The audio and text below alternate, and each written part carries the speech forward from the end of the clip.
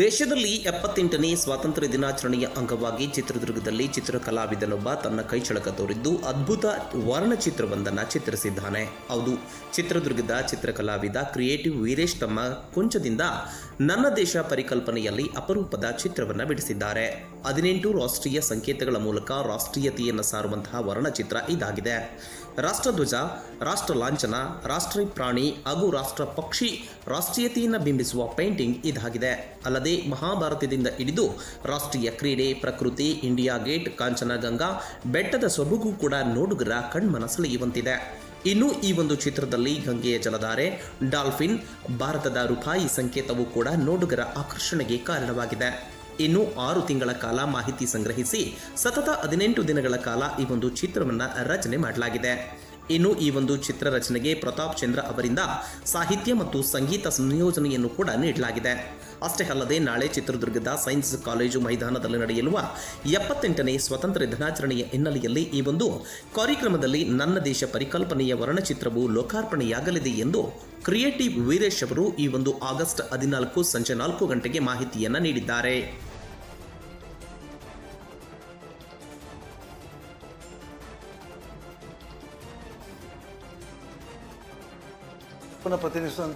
ಪ್ರತಿಬಿಂಬಿಸುವಂಥ 18 ಅಂಶಗಳನ್ನ ಅವುಗಳೆಲ್ಲ ಇಟ್ಕೊಂಡು ಸನ್ನಿವೇಶ ಸೃಷ್ಟಿ ಮಾಡುವಂಥ ಒಂದು ಆಲೋಚನೆ ಬಂತು.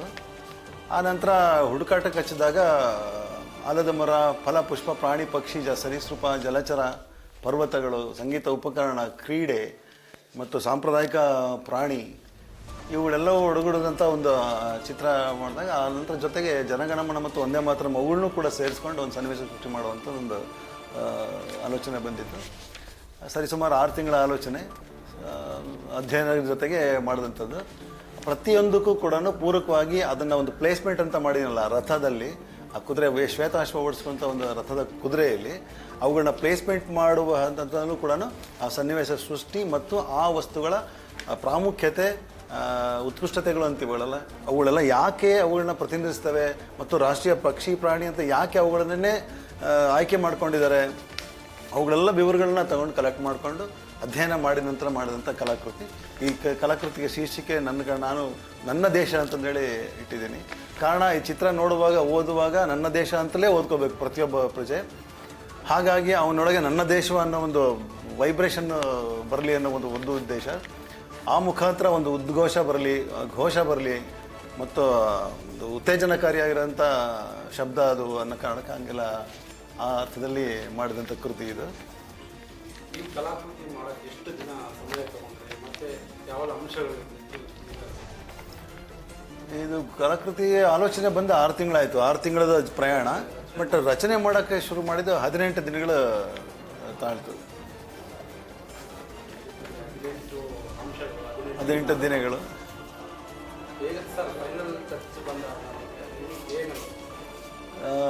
ಸಂಪೂರ್ಣ ತೃಪ್ತಿ. ಒಬ್ಬ ಕಲಾವಿದನಾಗಿ ಮತ್ತು ನನ್ನ ಭಾರತದ ಪ್ರಜೆಯಾಗಿ ಲಕ್ಷಾಂತರ ಜನ ಪ್ರಾಣಾರ್ಪಣೆ ಮಾಡಿದ್ದಾರೆ.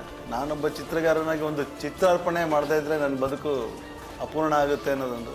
ಇದು ಬರೆದ ನಂತರ ಸತ್ಯವಾಗಲೂ ನನ್ನ ಬದುಕು ಧನ್ಯ. ಆ ಒಂದು ಪೂರ್ಣ ಧನ್ಯತೆಯನ್ನು ನಾನು ಅನುಭವಿಸ್ತಾ ಇದ್ದೀನಿ. 18 ಅಂಶಗಳನ್ನ ಈ ಚಿತ್ರದಲ್ಲಿ ಪ್ಲಾನ್ ಮಾಡೋಕ್ಕಾಗ ಹೇಗೆ ಅನಿಸ್ತು? ಎಲ್ಲೆಲ್ಲಿ ಯಾವ್ಯಾವ ಇಡಬೇಕಾಗ್ತದೆ ನಿಮಗೆ ಥಾಟ್ ಬಂದಿದೆ? ಒಂದೇ ಸಲ ಆದಂಥ ಆಲೋಚನೆ ಅಲ್ಲ ಇದು.